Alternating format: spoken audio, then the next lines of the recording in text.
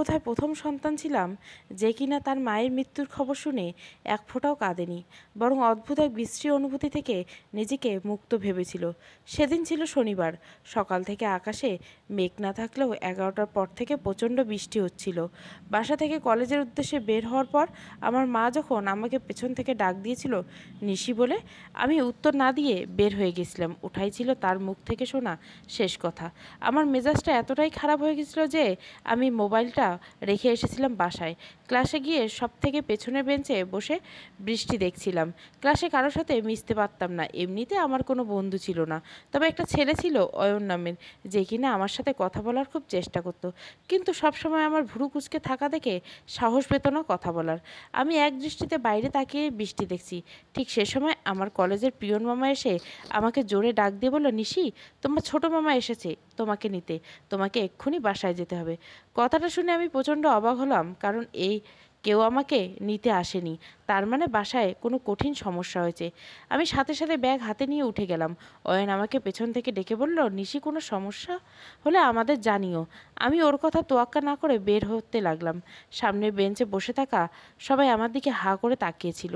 আমি বাইরে বের হয়ে দেখি ছোট মামা পেছন ঘুরে দাঁড়িয়ে মাথার চুল টানছে।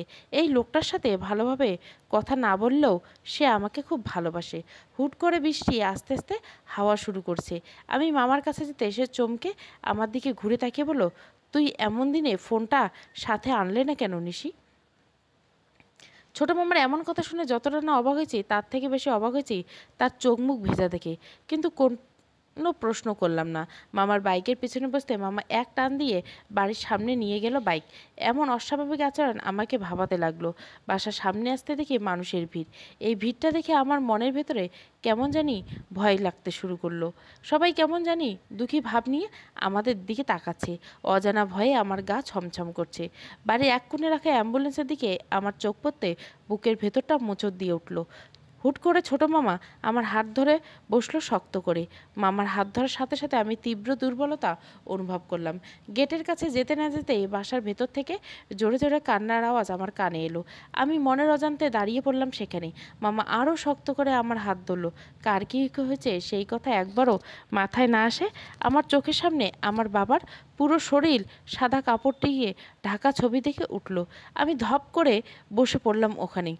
বুক চেরা আর্তনাদ করে উঠলাম বাবা বলে। আমাকে শুধু বাবা ঘিরে ছোট্ট পৃথিবীটা চোখের পলকে ভেঙে পড়তে দেখেছিলাম।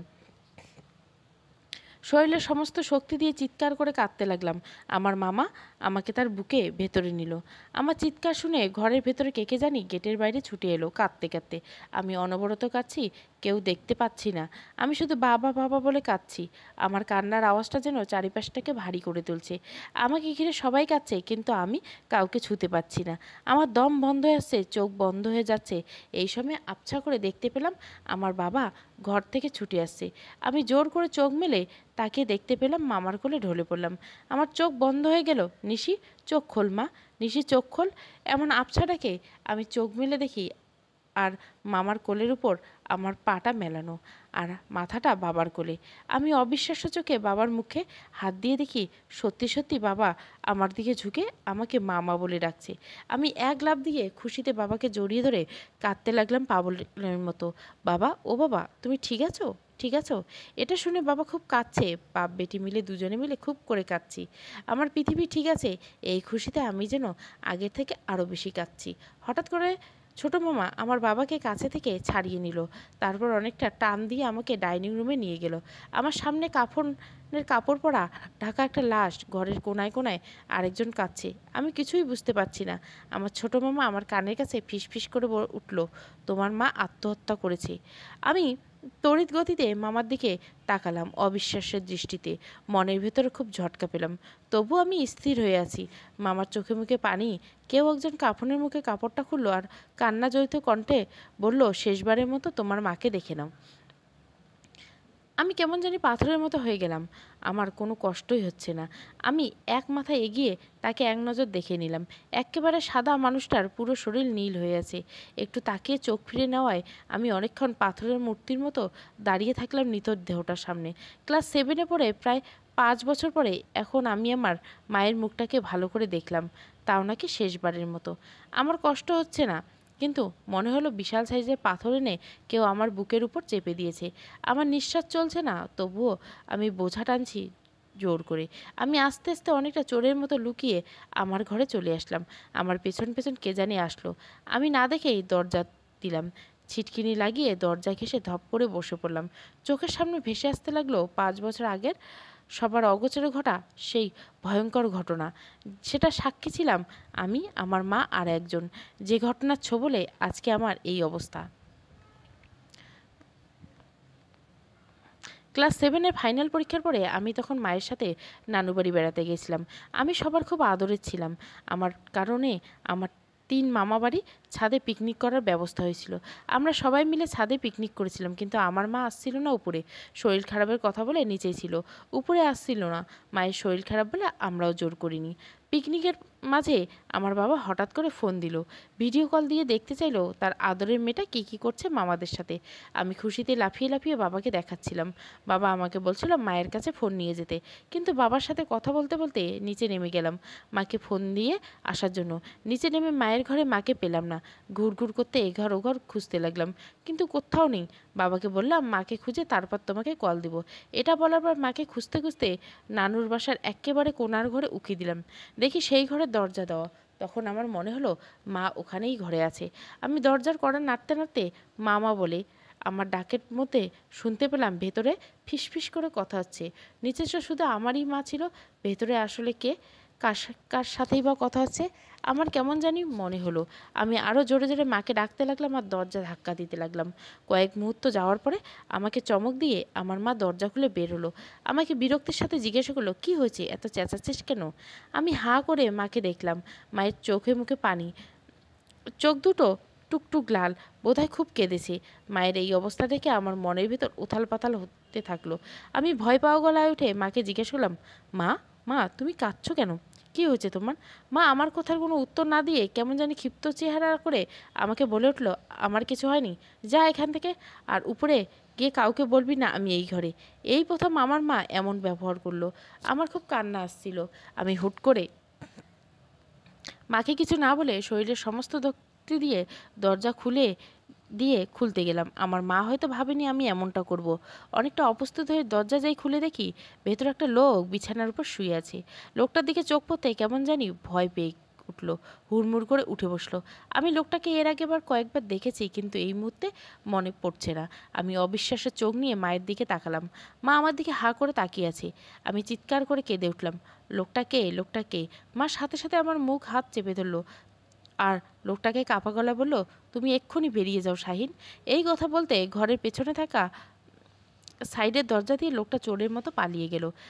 আমি পানি ভর্তি চোখ নিয়ে সব দেখেছি। আমার মা আমার মুখ চেপে রেখেছে, কিন্তু আমি এতটুকু নড়াচড়া করতে চাইলাম না। আমার মায়ের সাথে লোকটার কী সম্পর্ক? কেন আমার মা এমন করছে? নানান প্রশ্নে আমি জর্জরিত। লোকটা চলে যেতেই আমার মা আমার মুখ থেকে হাত সরিয়ে নিল। আমি ভয়ে কান্না করে উঠলাম। মা সাথে সাথে ঘরের দরজা দিয়ে আমার কাছে আসলো। আমি ধপ করে মেঝেতে বসে পড়লাম। আমার পুরো দুনিয়া ঘুরছে আমার সামনে। মা আমার পায়ের কাছে এসে বসতে আমি চিৎকার দিয়ে উঠলাম, লোকটাকে, এই ঘরে কেন তোমার সাথে ছিল সে? মা শঙ্কিত মুখে আমার দিকে তাকালো। মায়ের চোখ দিয়ে অনবরত পানি পড়ছে, মাথা একেবারে নিচু, ঠিক একটা অপরাধীর মতো। মা অঝোর কেঁদে উঠল। আমাকে বলল, আমি সব বলবো, তুই আমাকে ভুল বুঝিস না। এই কথাটা শুনে আমি কেমন জানি খুব রেগে গেলাম। আমি চিৎকার দিয়ে উঠলাম, লোকটাকে, আমাকে শুধু এইটুকু বলো। মা আমাকে দেখে উত্তর দিতে পারছিল না। আমি অসহায়ের মতো কাঁদছি। মা আমাকে কি উত্তর দিবে? আমি যা বোঝার আমি বুঝে নিয়েছি। ঠিক সেই সময় ঘরের দরজার কড়া নাড়ার আওয়াজ হলো। বাইরে থেকে শোনা গেল আমার ছোটো মামা অনবরত আমাকে আর মাকে ডাকছে। আমার দম বন্ধ হয়ে যেতে লাগলো। আমি হুট করে উঠে দৌড়ে দিয়ে দরজা খুলে ছোটো মামাকে ধাক্কা দিয়ে ঘরের বাইরে বের হয়ে গিয়েছিলাম। আমি কাঁদতে কাঁদতে খালি পায়ে বাসার বাইরে বের হয়ে গেছিলাম। রাস্তার উপরে বসে হাউমাউ করে কেঁদেছিলাম। আমাকে খুঁজে বের করেছিল আমার ছোটো মামা। ততক্ষণে কান্না শুকিয়ে গেল। মনের ভিতরে প্রচণ্ড ক্ষোভ আর অবিশ্বাসের জন্ম নিয়েছিল। আমি বাসায় ফিরে কারোর সাথে কিছুই বলিনি, শুধু বলেছিলাম আমি বাবার কাছে যাব। অবস্থা এমন করে ফেলেছিল যে আমাকে একবেলাতেই ভেতরে আমার বাবার কাছে নিয়ে যাওয়া হয়েছিল। এই ঘটনার পর থেকে আমার মা অনেকবার চেষ্টা করেছিল আমার সাথে ওটা নিয়ে কথা বলতে, কিন্তু আমি তাকে কোনোদিন সেই সুযোগ দেইনি। সেদিনের পর থেকে হাস্যোজ্জ্বল প্রাণোজ্জ্বল আমি একেবারে নিথর আর শান্ত হয়ে গেছিলাম। আমার মুখের হাসি দেখতে পেত শুধু আমার বাবা। এক বাড়িতে থেকেও আমি আমার মায়ের থেকে হাজার হাজার মাইল দূরে ছিলাম। প্রতিটা রাত আমি বিছানায় কেঁদে কেঁদে বালিশ ভিজিয়ে মায়ের উপর অভিমানে সকাল হলেই শক্ত পাথরের মতো ব্যবহার করেছি। আমি গোপনে অনেকভাবে জানার চেষ্টা করছি আমার মা সম্পর্কে, কিন্তু সবার কাছেই তার একটা খারাপ কথার অভিযোগ পাইনি। কিন্তু সেই ঘটনা আসলে কী ছিল তা হয়তো আমাদের দুজনের ভিতরে অমীমাংসিত রহস্য।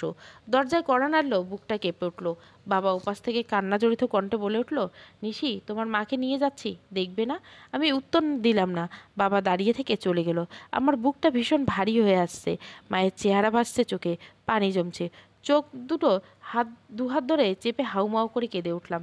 আমার ঘরে কেউ জানলো না, কেউ শুনতে পেল না। পাগলের মতো নিজেকে নিজেই জড়িয়ে ধরে কাঁদছি, শুধু কাঁদছি। আমার নিঃশ্বাস নিতে কষ্ট হচ্ছে। অনেক সাহস করে আস্তে আস্তে ঘরের বারান্দায় এগিয়ে গেলাম কি জানি দেখার জন্য। হঠাৎ চোখ পড়ল আমাদের গেটে এক কোণায় দাঁড়িয়ে সেই লোকটা কাঁদছে। আমার বুকের ভেতর কি জানি খুব জোরে বাড়ি দিয়ে উঠল। মুহূর্তে আমি কেমন জানি কঠিন হয়ে গেলাম। আমার সেদিনের প্রশ্নের উত্তরটা জানার খুব প্রয়োজন মনে হলো। আমি চোখ মুছে কিছু না ভেবে এক দৌড়ে ছুটে লাগালাম লোকটার কাছে যাব।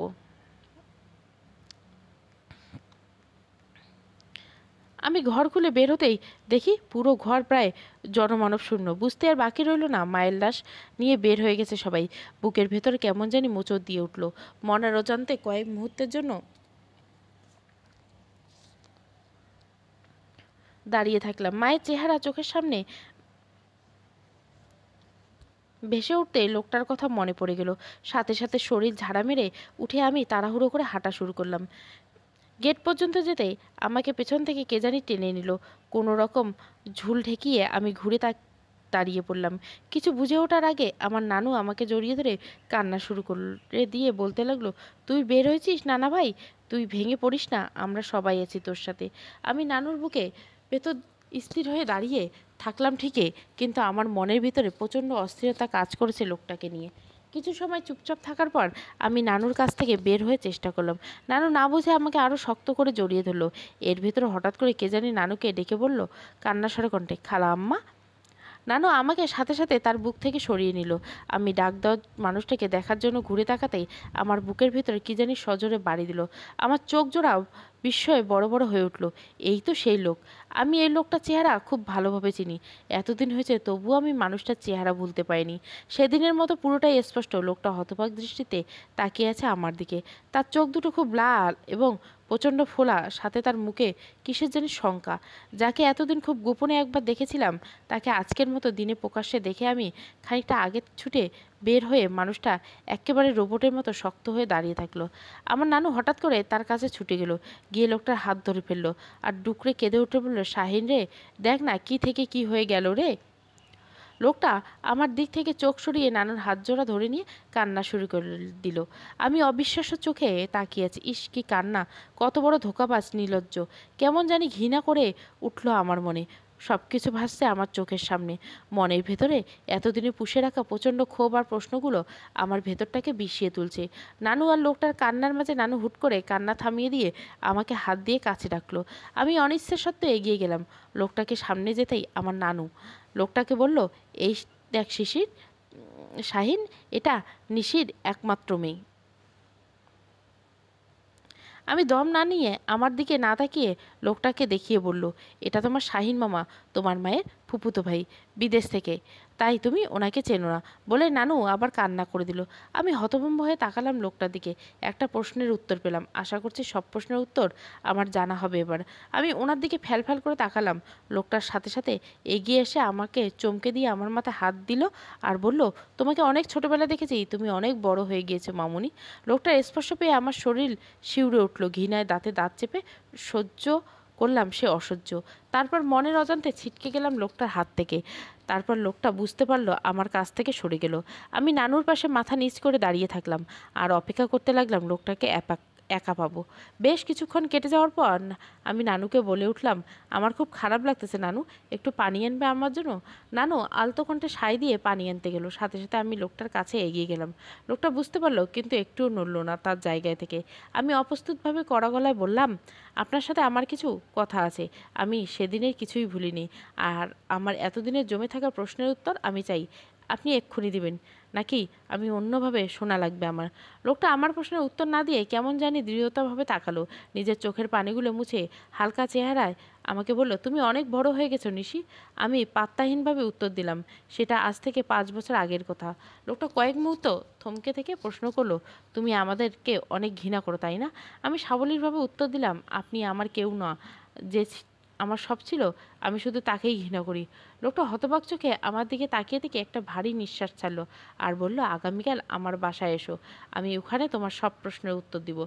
আমি অধৈর্যশীলের মতো করলাম, আমার এক্ষুনি উত্তর চাই। এতটা অধৈর্য আমার আর বেঁচে নেই যে আমি কাল পর্যন্ত অপেক্ষা করব।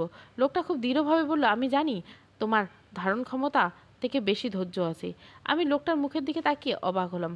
লোকটা আমাকে বলল, আমি এখন চলে যাচ্ছি, আমার উপস্থিতি হয়তো তোমাকে আরও যন্ত্রণা দিবে। কাল সারাদিনে যে কোনো সময় এসো, আমি তোমার জন্য অপেক্ষা করব। যে আবছা সত্য নিয়ে তুমি এতদিন ছিলে, তার থেকে বড় সত্য জানার জন্য প্রস্তুত থাকো। আর আমার কাছে আসার আগ পর্যন্ত যতটা সময় পারো তোমার বাবার কাছে থেকো। হয়তো কালকের পরে তোমার বাবাও আর তোমার না থাকে। লোকটা এক নাগাড়ে কথাগুলো বলে চলে গেল। আমি তার কথাগুলো ঘোরের এতটাই থাকলাম যে টেরই পেলাম না সে কখন চলে গেল। নানু পানি হাতে এসে আমাকে কয়েকবার ডাকলো জোরে। আমার হুঁশ ফিরল। নানু লোকটাকে খোঁজ করলো। আমি উত্তর দিতে পারলাম না। তার শেষের কথাগুলো আমাকে কুড়ে কুড়ে খাওয়া শুরু করলো। কি অদ্ভুত কথা বলে গেল লোকটা। আমি হঠাৎ করে নানুকে প্রশ্ন করে বললাম, আচ্ছা নানু, এই লোকটা কি আমার মায়ের অনেক ঘনিষ্ঠ ছিল? নানু চোখ বড় বড় করে বিস্ময়ে আমার দিকে তাকালো। আমার চোখে মুখের শক্ত অবস্থা দেখে নানু বোধহয় ভয় পেল একটু। কিছুক্ষণ চুপ থাকার পরে খুব আস্তে করে বলল, তোর মায়ের সাথে শাহিনের বিয়ে হওয়ার কথা ছিল। খুব ভালোবাসতো শাহিন তোর মাকে। আমরা বিয়েও দিতে চেয়েছিলাম, মাঝখান দিয়ে একটা দুর্ঘটনাতে ওদের বিয়েটা হয়নি। তারপর হঠাৎ করে তুই চলে এলি আর শাহিন দেশের বাইরে চলে গেল। 5 বছর পর 2 দিন আগে দেশে এসেছি ও। তোর মা গত পরশুদিন ওর সাথে গিয়ে দেখা করে এসেছিল বোধহয়। আমি কথাগুলো শুনছিলাম, কোনো এক গভীর যাওয়ার চেষ্টা করছিলাম। আমার চোখের সামনে সব কিছু আরও এলোমেলো লাগছিল। আমার খুব কষ্ট হচ্ছিল। দমটা আটকে আসছে সব গোলক ধাঁধার ভেতর থেকে। ঠিক সেই মুহূর্তে বাবারা সবাই ফিরে আসলো। আমাকে দেখে বাবা এগিয়ে এসে জড়িয়ে ধরল। আমি কিছু অনুভব করতে পারছি না। পাশ থেকে ছোটো মামা এসে আমার মাথায় হাত বুলল আলো আর কান্না জড়িত কণ্ঠে বলল, তোমার মা তোমাকে খুব ভালোবাসত নিশি। বিশ্বাস হচ্ছে না আমার বোনের মতো মানুষ এমন কাজ করেছে। তোমার বুকের ভিতরটা হু হু করে উঠল। কান্না আসলো না। মায়ের শেষবারে দেখা চেহারাটা ভেসে উঠল চোখের সামনে। বুকটা চেপে আসলো, চিৎকার করে উঠছিল ভেতরটা কষ্টে, কিন্তু কাঁদতে পারছি না। এখন শুধু কালকের অপেক্ষা। হয়তো কালকের দিনটা গেলে আমি একটু নিঃশ্বাস নিতে পারবো। সারাদিন না খাওয়া ছেড়ে ঘরের ভিতরে পড়ে আছি। অনেকেই চেষ্টা করছে আমার কাছে এসে বসতে বা আমার খেয়াল রাখতে, কিন্তু কাউকে সফল হতে দেইনি। মুখ গুজে বিছানায় পড়ে থাকলাম। সন্ধ্যার দিকে ছোট মামা আমার ঘরে আসলো।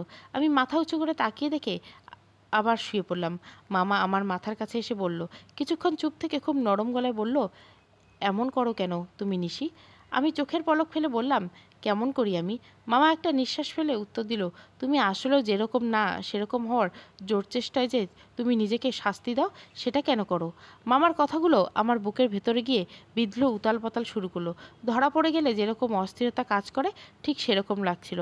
আমি কোনো উত্তর দিতে পারছিলাম না। মামা তখন হুট করে আমার মাথায় হাত দিয়ে বলতে লাগলো, তুমি এরকম ছিলে না। এতটা বদলে যাওয়ার পেছনে যদি খুব বড় কোনো কারণ থাকে তবে অবশ্যই আমাকে বলো নির্দ্বিধায়। তোমার মা এখন নেই তো কী হয়েছে? আমি তো আছি। আমি তোমাকে আপার ছায়ার মতো করে রাখবো। তবুও তুমি আর এরকম করো না নিশি। একদিন সব শেষ হয়ে গেল, তুমি আর বাঁচতে পারবে না। মামার প্রত্যেকটা কথার লাইন শেষ হওয়ার সাথে সাথে আমার চোখ দিয়ে পানি গড়াতে লাগলো।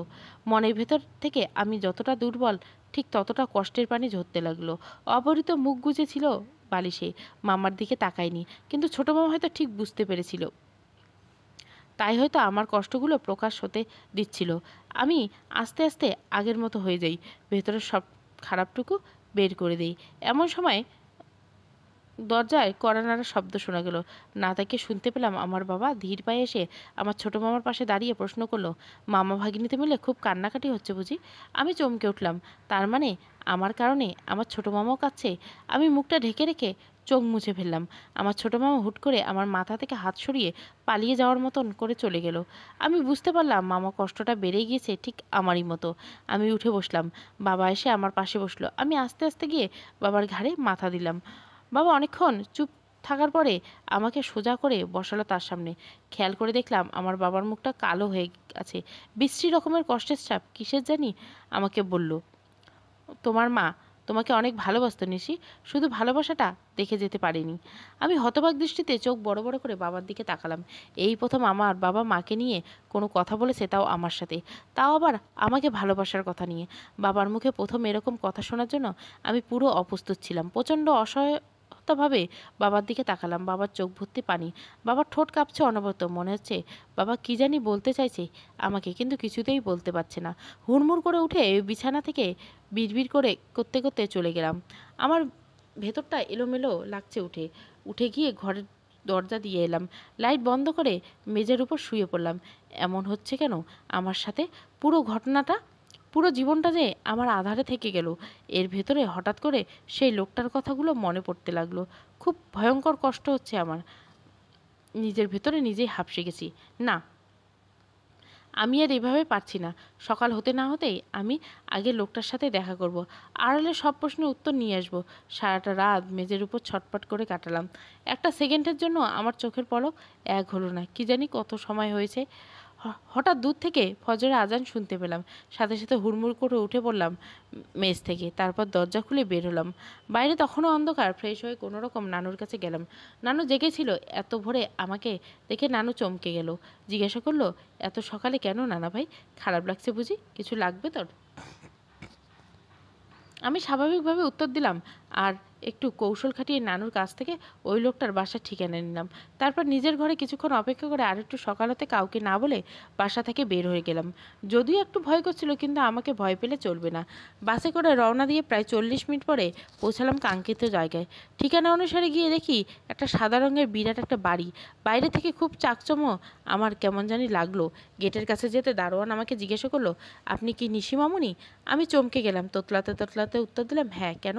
দারোয়ান একগাল হাসি বলে উঠলো, স্যার আমাকে বলে রেখেছে নিশি নামে একটা মিষ্টি মেয়ে আসবে আমার খোঁজে সারাদিন, যে কোনো সময়।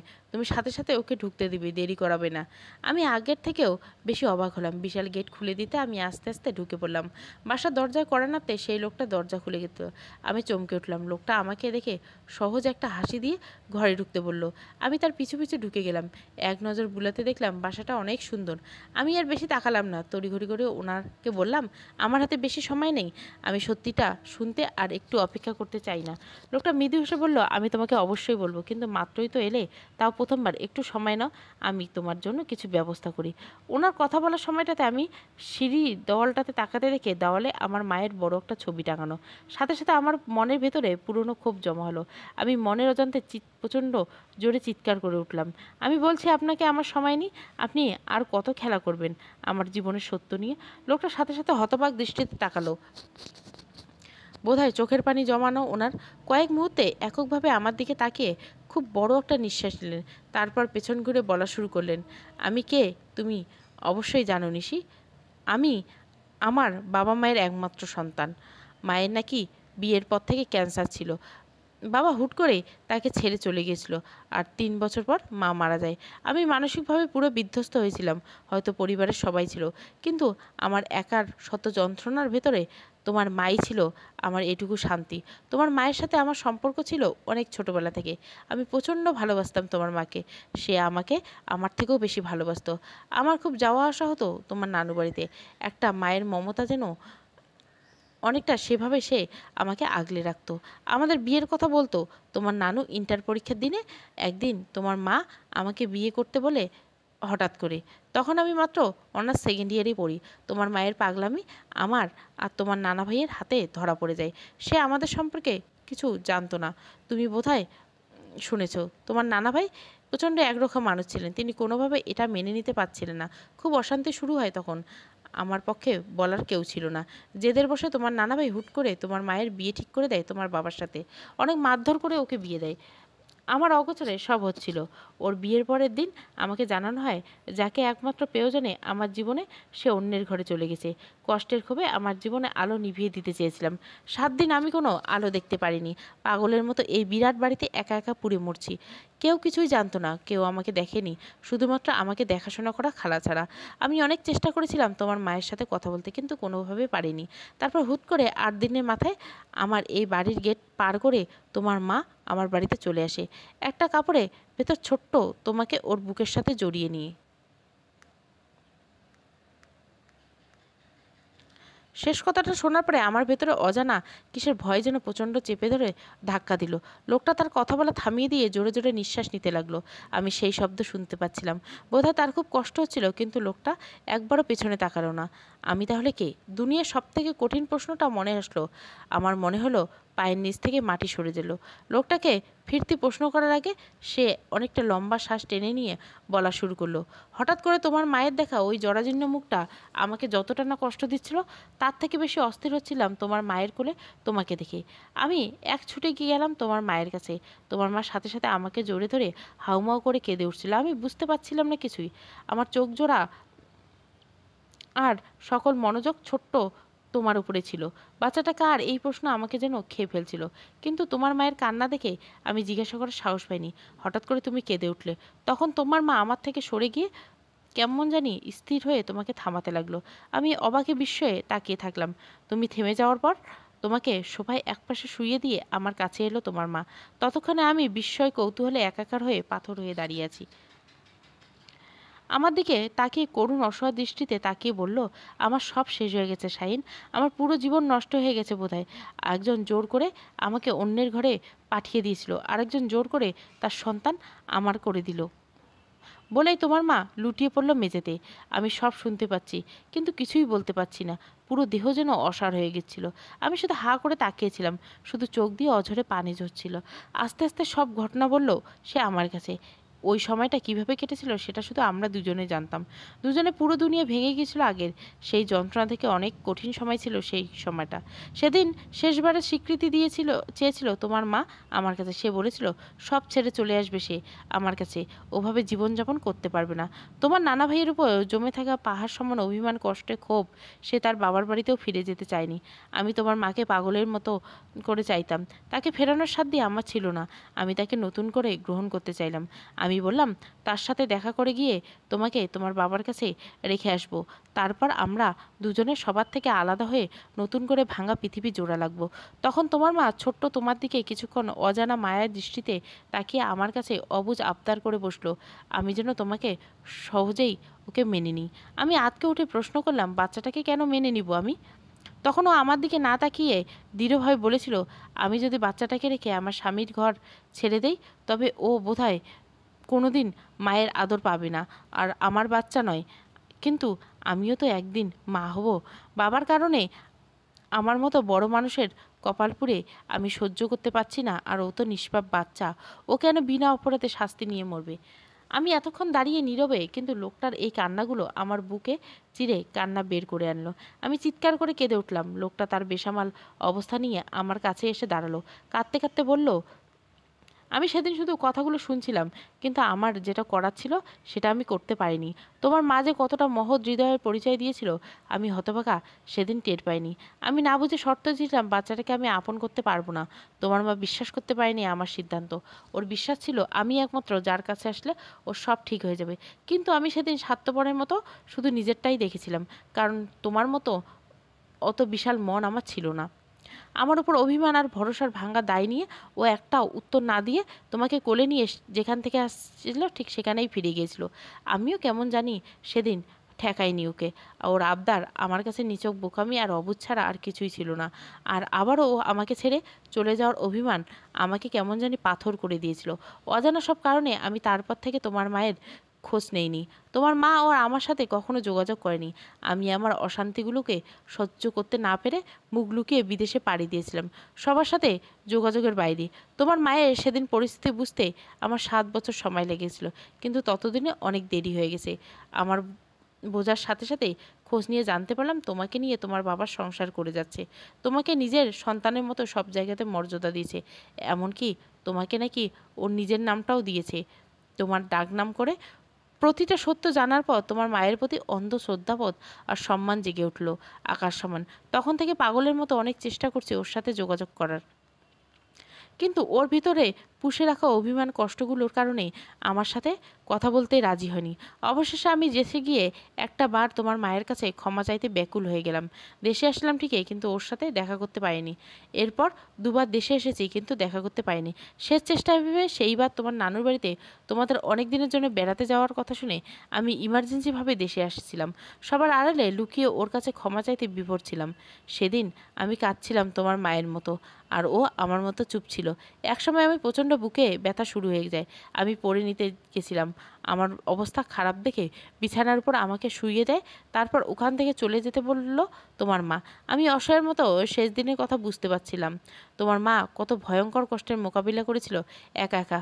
হয়তো সেদিনের কথা ভেবে তোমার মাও কেঁদে উঠেছিল, তবে ওর কান্নার ধরনটা ছিল ভিন্ন।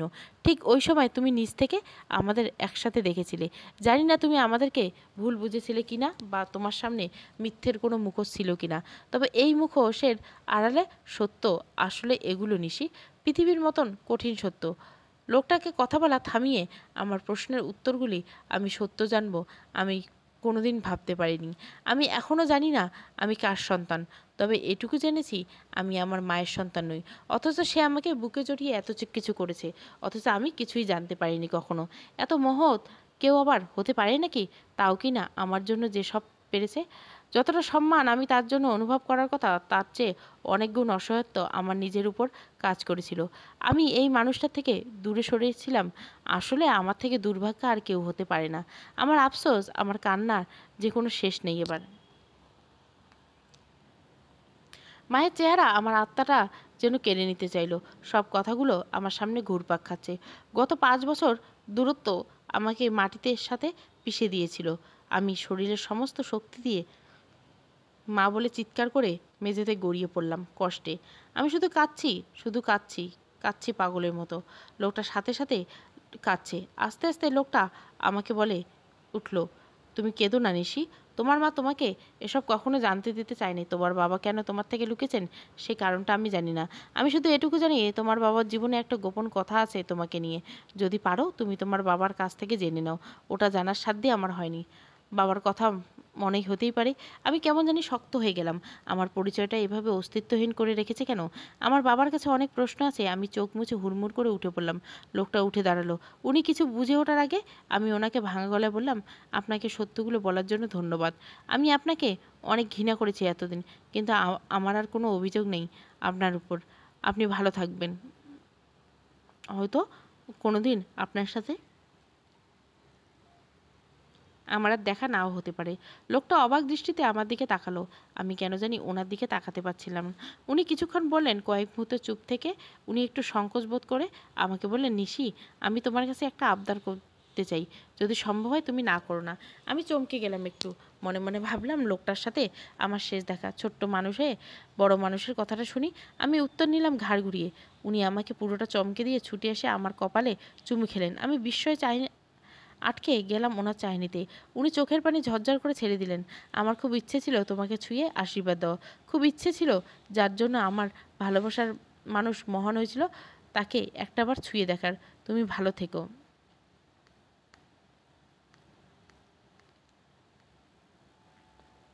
আমার সবটুকু দোয়া তোমার সাথে রইল। কি করে আলতো স্নেহ ভরা ছিল সে চুমন। আমার মনের ভেতর একটু অন্যরকম শীতলতা আসলো। কেমন জানি ভীষণ ভালো লাগলো। যাকে না জেনে না চিনে এতটা ঘৃণা করে এসেছি, তার কাছ থেকে স্নেহ আদর অনুভব করাটা অদ্ভুত রকমের অনুভূতি। উনি আমার কাছ থেকে সরে যেতে আমার চোখের কোণে একটি নীরবের পানি বেরিয়ে আসলো। কিন্তু ওনাকে দেখতে দিব না আমুক অনুভূতির কারণেই আমি তড়িঘড়ি করে মাথা নিচু করে চোখের পানি মুছে নিলাম। আমি মাথা নিচু করে বিদায় জানাতে দেখি মানুষটা আমার দিকে পেছন ঘুরে দাঁড়িয়ে কাঁদছে। একবার আসতে বুঝতে পারলাম সে আমার মায়ের কারণে তার মনের অজান্তে আমাকে ভালোবাসে হয়তো। প্রায় 5 বছর পরে আমি আমার কঠোরতা ভেঙে নরম কণ্ঠে ওনাকে প্রথম বললাম, এতদিন আপনাকে আমি ভুলতে চেয়েছিলাম। আপনি সারা জীবন আপনাকে মনে করার সুন্দর কারণ দিলেন। আমার মাকে আর আমাকে এত ভালোবাসার জন্য শুক্রিয়া। আমি চলে যাচ্ছি, নিজের দিকে খেয়াল রাখবেন। কথাগুলো বলার সময় ওনার কান্নার গতি বেড়ে গেল। আমি বলা শেষ করে আমি ওনার উত্তর অপেক্ষা না করে বাসা থেকে বের হয়ে গেলাম। আমি পেছন ফিরে তাকিয়ে দেখিনি একবারও, হয়তো ওনার মায়ায় পড়ে যাব এই ভেবে। সময়টা দুপুর গড়িয়েছে, বাইরের আলোটা একেবারে চোখ ধাঁধানো। পথ চলার সময় অনুভব করতে পারলাম সে অসহনীয় যন্ত্রণার বোঝা নিয়ে। সত্য জানতে আমি বের হয়েছিলাম এত সকালে। সব সত্য জানতে না পারলেও আমার ভেতরের বোঝাটা যেন অনেকটাই কমে আসছিল। ফিরতি বাসে বসে সারাটা সময় একদিকে যেমন আমার মায়ের মমতা মাখা চেহারা চোখে ভাসছিল, অন্যদিকে যতই মায়ের কথা ভাবছিলাম আমার ভেতরটা আকাশ ছোঁয়া আফসোসের জায়গা নিচ্ছিল। কখন যে 40 মিনিট পার হয়ে গেল বুঝতে পারলাম না। বাসের হেল্পার আমাকে ডাক দিয়ে ওঠালো। আমি নেমে আস্তে আস্তে বাড়ি ফিরছি। যতটা এগোচ্ছি বাকি সত্য জানার তাড়া বেড়ে যাচ্ছে। অথচ বাসার সামনে যেতে গেট থেকে আবার ছোট মামা আর বাবা ছুটে এলো উদ্বিগ্ন হয়ে। আমাকে দেখে কেমন জানি পাগলের মতো করে উঠছিল। আমি কই ছিলাম এতক্ষণ? কাউকে না বলে এত সকালে একা একা কোথায় চলে গেছিলাম? আমাকে এমন বিধ্বস্ত দেখাচ্ছে কেন? আমাকে সবাই পাগলের মতো খুঁজছে সকাল থেকে। একের পর এক দমহীনভাবে আমাকে দুজন প্রশ্ন করছে। কথাগুলো আমার কান পর্যন্ত যাচ্ছে ঠিকই, কিন্তু আমি উত্তর দিতে পারছি না। একদৃষ্টে শুধু বাবার দিকে তাকিয়েছি। ইচ্ছে হচ্ছে আমি প্রশ্ন করি ফেলি বাবাকে। কোনো রকম নিজেকে ঠেকিয়ে নিলাম। উত্তর না দিয়ে মলিন হাসি মুখ করলাম। দুজনে কেমন জানি চুপসে গেল। বাবা আর ছোটো মামা বলল, মামাকে যেন আমাকে এক্ষুনি ঘরে নিয়ে গিয়ে আমার যত্ন নেয়। বাবা একটু বাইরে থেকে আসছে। এটা বলে বাবা চলে গেল। যাওয়ার জন্য পা এগোতো, সাথে সাথে আমি বাবার হাত ধরলাম। বাবা, কোথাও যেও না, আমার কিছু কথা আছে তোমার সাথে। বাবা সেকেন্ডে থমকে গেল। হতবাক দৃষ্টিতে আমার দিকে তাকিয়ে আমার চাহিনি কয়েক মুহূর্ত চেয়ে থেকে একটা জানি শঙ্কার ছাপ হারল। এতদিন অনেক দেরি হয়ে গেছে। মিথ্যে মুখোশের নিচে থাকা যত তাড়াতাড়ি পুরো সত্যিটা জানতে পারবো তত মঙ্গল হবে আমাদের। কি জানি বাবা আমার মুখ দেখে সন্দেহ করেছিল কিনা। আমার হাত বাবার হাতের মুঠোয় পুরো নিয়ে সোজা বাবা আর মায়ের ঘরে নিয়ে গেল আমাকে। তারপর দরজা বন্ধ করে দিল। কেমন জানি ভয়াত্মক কণ্ঠে রুদ্ধহীন শ্বাসে তোতলামি করে বলে উঠল, তুমি কই ছিলে? কেউ তো তোমাকে কিছু বলেছে? কি বলেছে? আমি বাবার অবস্থা দেখে থ মেরে দাঁড়িয়ে থাকলাম। আমার বাবা বোধহয় খুব কষ্ট হচ্ছে। আমারও তো বুকের ভিতর অশান্তির বোঝা এখনও নামেনি। আমি কি সত্য জেনেছি সেটা শুধু আমাদের তিনজনের সত্য, কিন্তু আমার পরিচয়ের সত্যটা আমার বাবাই জানে এখন। বাবার উত্তর দেওয়া যাবে না। আমি শুধু আমার পরিচয়টা জানতে চাই, আর কিছু না। সব ভাবনাগুলোকে বাদ দিয়ে একেবারে শান্ত গলায় আমি বাবাকে বলে উঠলাম, আমি আসলে কার মেয়ে বাবা? বাবা আমার মুখে এই কথা শুনে অবিশ্বাসের ভঙ্গিতে তাকালো। সত্যটা চোখের সামনে দেখে কিছুতেই যেন বাবা বিশ্বাস করতে পারছিল না। আমার তার করা দিকে ছুড়ে দেওয়া প্রশ্ন। আমি কিছুটা বুঝতে পারছিলাম বাবার অবস্থা। ধীর পায়ে বাবার একেবারে কাছে গিয়ে আস্তে করে বাবার হাত ধরলাম আর বললাম, আমি তোমাকে ভুলবো না বাবা। আমি শুধু এটুকু জানতে চাই, আমি আমার এই মায়ের কাছে কিভাবে এসেছিলাম। বাবা অবশেষে ডুকরে কেঁদে উঠল। আমি বাবার হাত শক্ত করে ধরে রেখেছিলাম। কি জানি নিজেকে ধরে রাখার এতটা শক্তি এই মুহূর্তে কোথা থেকে এসেছিল। আমার ভিতরে তোলপাড় করা অনুভূতিগুলো চুপসে শুধু বাবাকেই ভরসা দিচ্ছিলাম। বাবা ধপ করে বসে পড়ল বিছানায়। যে হাতটা আমি ধরিনি সে হাতটা মাথায় দিয়ে হাউমাউ করে কেঁদে উঠল। আমি অনেক কষ্টে নিজেকে স্থির করলাম, কারণ আমি যদি কান্না করে দেই আমার বাবা অপরাধ বোধ করবেন নিজেকে। বুকে পাথর বেঁধে নিয়ে আমি বাবাকে সময় দিচ্ছিলাম। বাবা অনেকক্ষণ কাঁদলো। আমি হুট করে মেঝেতে বসে বাবার পায়ে মাথা রাখলাম। আমি যে বাবাকে ভরসা দিচ্ছি বাবা বোধহয় এবার বুঝতে পারলেন। তারপর কেমন জানি না আস্তে আস্তে চুপ হয়ে গেল। বাবা তারপর বলতে শুরু করলো, আমার একটা মেয়েকে প্রচণ্ড ভালোবাসতাম ভার্সিটি জীবনে। ওর সাথে রিলেশন ছিল। চাকরি পেয়ে ওকে বিয়ে করবো বলে এটাই আমার প্রতিজ্ঞা ছিল। যেহেতু তোমার দাদু দাদিমা কেউ বেঁচে ছিলেন না, আমি একাই তাকে একটু গুছিয়ে আনতে চেয়েছিলাম। শেষের দিকে এসে মেয়েটা কেমন জানি বদলে যাচ্ছিল। আমি খুব ভয় পাচ্ছিলাম ওকে নিয়ে। হুট করে অনেকটা অনুরোধ করে কোর্টে গিয়ে বিয়ে করলাম তাকে। আলাদা একটা বাসা নিলাম। 3 মাস মতন একসাথে থাকলাম। কিন্তু ওর বদলে যাওয়া নিয়ন্ত্রণের বাইরে চলে যাচ্ছিল। আমি অনেক চেষ্টা করেছি ওকে বোঝানোর, ওকে ফেরানোর। তখন চাকরি পাইনি। আমার জমানো টাকা দিয়ে ঘর চলছিল। ওকে ঠেকাতে আমি অনেকটা জোর করে তোমাকে আনতে চাইলাম। ও রাজি হয়ে কখনো বদলানো না। সব রকমের চেষ্টা করেও তাকে আমার সাথে রাখতে পারিনি। বাইরের চাকচম্য জীবনের মোহ লেগেছিল ওর চোখে মুখে। অবশেষে আমাকে ছেড়ে চলে গেল 4 মাসের মাথায়। আমি তখন চাকরিটা পেয়ে যাই। অনেক ভালো চাকরি, মেলা সুবিধা, কিন্তু একলা জীবন। আমি প্রতিদিন মরতাম নিজের মতন। 5টা মাস আমি পাগলের মতো সারা রাত জেগে থাকতাম। অবশেষে আমার মামা আমার অবস্থা থেকে অনেকটা জোর করে বিয়ের ব্যবস্থা করেন। আমার মামা তোমার নানার কাছে সব খুলে বলছিল। তারপর 2 মাস পরে তার ইচ্ছে মতো নিশির সাথে আমার বিয়েটা হয়। আমি জানতাম নিশি জানতো সব। বিয়ের ঠিক দ্বিতীয় দিন হুট করে তোমার আসল মা 1 সপ্তাহ বয়সে তোমাকে কোলে এনে আমাকে দিয়ে যায়। আমি জানতাম তুমি আমারই সন্তান, সে তোমাকে চায় না, তাই আমার কোলে সঁপে দিয়ে গেল। আমি ঠিক সে সময় জানতে পারলাম নিশি আমার অতীত নিয়ে কিছুই জানতো না। আমার ভাঙাচোরা দুনিয়াটা ভালো হওয়ার আশা ছেড়ে দিয়ে আমি নিশিকে সুযোগ দিয়ে চলে যাওয়ার জন্য। কিন্তু একদিনও ও জানি হুট করে আমাকে না বলে তোমাকে নিয়ে কোথায় চলে যায়। তারপর অনেক সময় করে তোমাকে কোলে নিয়ে একেবারে নীরব হয়ে সেই ফিরে এলো, আর কখনো গেল না। আমাদের এতদিনের ঘর তো হলো, কিন্তু ভালোবাসাটা বোধহয় তোমার মায়ের থেকে তুমিই পেয়েছিলে। আমি বুঝতে পারতাম ও অজানা কষ্টে নীরবে কষ্ট ভোগ করতো, মাঝে মাঝে তোমাকে জড়িয়ে ধরে কাঁদতো, কিন্তু বুঝতে দিত না আমি কখনো ওর আলাদা দুনিয়াকে বিরক্ত করতে যাইনি। তোমার মার বিশাল হৃদয় আমাকে প্রতি মুহূর্তে অবাক করত। এত অসাধারণ মানুষকে আমি কোনোদিন নিজের চোখে দেখিনি। কিভাবে কিভাবে যেন সব সামলে নিল, শুধু পারল না সামলাতে নিজেকে। এতকাল পরে গত পরশুদিন আমি অনেক সাহস করে ওকে জিজ্ঞাসা করলাম আমার ছেড়ে না যাওয়ার সিদ্ধান্ত নিশি কেন নিয়েছিল। সেদিন ও মৃদু হেসে উত্তর দিয়েছিল, যাকে ছেড়ে আসতে হয়েছিল তোমার জন্য তাকেও দেখার কেউ ছিল না। তাকে ছেড়ে আসতে আমাকে বাধ্য করা হয়েছিল, আর তোমাদেরকে ছেড়ে গেলে আমার বিবেক বিসর্জন দেওয়া লাগতো। সেদিন তাকিয়ে তোমার মায়ের মুখে দীর্ঘদিনের পুষে থাকা অসহনীয় যন্ত্রণা দেখতে পেয়েছিলাম স্পষ্ট। বুকটা টনটন করে উঠছিল। তারপর যন্ত্রণা করে ও যে কেন এরকম কঠিন সিদ্ধান্ত নিয়ে এভাবে চলে গেল বলে আমার বাবা আবার কান্না করে দিল। আমি বাবাকে জড়িয়ে ধরে কাঁদছি। মনে হচ্ছিল আমাদের দুজনে বেশ দুনিয়ার সব থেকে বেশি অসহায় মানুষ। আমি সবটুকু সত্য জানতে পারি। বাপ বেটি মিলে অনেকক্ষণ কাঁদলাম, কেউ কাউকে ঠেকাতে পারছিলাম না। বাবা আর্তনাদ করে বলে উঠল, আমি ওকে প্রচণ্ডভাবে ভালোবাসতাম, কিন্তু ওকে বেঁচে থাকার কারণ দিতে পারিনি। বাবার এই কথায় পাগলের মতো আর্তনাদ আমার কলিজা ছিঁড়ে গেল। ইস, বাবার মাঝেও এত এত যন্ত্রণা, পাহাড় মিথ্যে মুখোশের আড়ালে সত্য কতগুলো এতটা কষ্ট দিয়েছে সবাইকে, কিন্তু সবশেষে যেন আমার মাই জয়ী। হ্যাঁ, সে শুধু আমার মা। সম্মান আকাশে এই চূড়ান্ত ঠাঁই পাওয়ার মতো যদি কোনো মানুষ দুনিয়াতে থেকে থাকে, তবে সেটা একমাত্র আমার মা। আমাকে জন্ম না দিয়েও সে যা করেছে সেটা হয়তো দুনিয়াতে কেউ করতে পারবে না। আর আমি হলাম সব থেকে দুর্ভাগা সন্তান, যে কিনা এতদিন থেকে এতটা দূরে থেকেছি। এই কথাগুলো মনে হতে হতে মনের ভেতরে আমার মায়ের প্রতি ভালোবাসার সম্মান এক এক মুহূর্তে আরও দ্বিগুণ বেড়ে যাচ্ছিল। মুহূর্তে নিজেকে থামিয়ে দিলাম। নিজের ভেতরে অন্যরকম সাহস জাগছিল। আস্তে আস্তে বাবাকে চুপ করালাম। বাবার চোখ মুখ মুছে দিয়ে আমি হাসি মুখে বাবাকে বলে উঠলাম, চলো বাবা, অনেক হয়েছে কান্নাকাটি। মায়ের জন্য অনেক কিছু করতে হবে আজকে। মা আমাদেরকে ছেড়ে যায়নি। মাকে আমরা সারা জীবন মায়ের নামে বাঁচিয়ে রাখবো। আমার কথাগুলো শুনে বাবা কি মনে হলো কি জানি, বাবা মুখ চমকে উঠলো। সে বিস্ময়ে চোখ বড় বড় করে আমাকে প্রশ্ন করলো, তুই আমাকে অপরাধী ভাবছো না তো? আর তুমি তোমার আসল মাকে জানতে চাও? আমি দৃঢ়ভাবে উত্তর দিলাম, কিসের আসল মা বাবা? আমার মা আমার বুকের ভিতর। আর তোমাকে কেন অপরাধী ভাববো, যেখানে আমার মাই তোমাকে কোনো দায়ভার দেয়নি? আমার উত্তরে আমার বাবার চোখ মুখ কেমন জানি চকচক করে উঠল। আমাকে বুকের ভেতর জড়িয়ে ধরে কপালে চুমু দিতে দিতে বলল, তুই এক্কেবারে তোর মায়ের মতো হয়েছিস। বিশাল হৃদয়ে, প্রচণ্ড সাহসী একটা মেয়ে। এখানেই শেষ হলো আমাদের কয়েক জীবন ঘিরে মিথ্যে মুখোশের আড়ালে সত্যগুলো।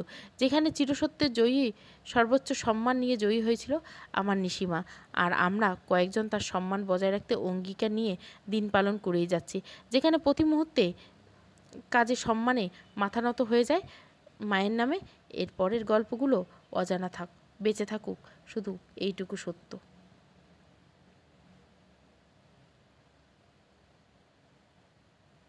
এক যে ছিল মা। ভালো লাগলে অবশ্যই লাইক, শেয়ার এবং সাবস্ক্রাইব করবেন। Thank you for watching.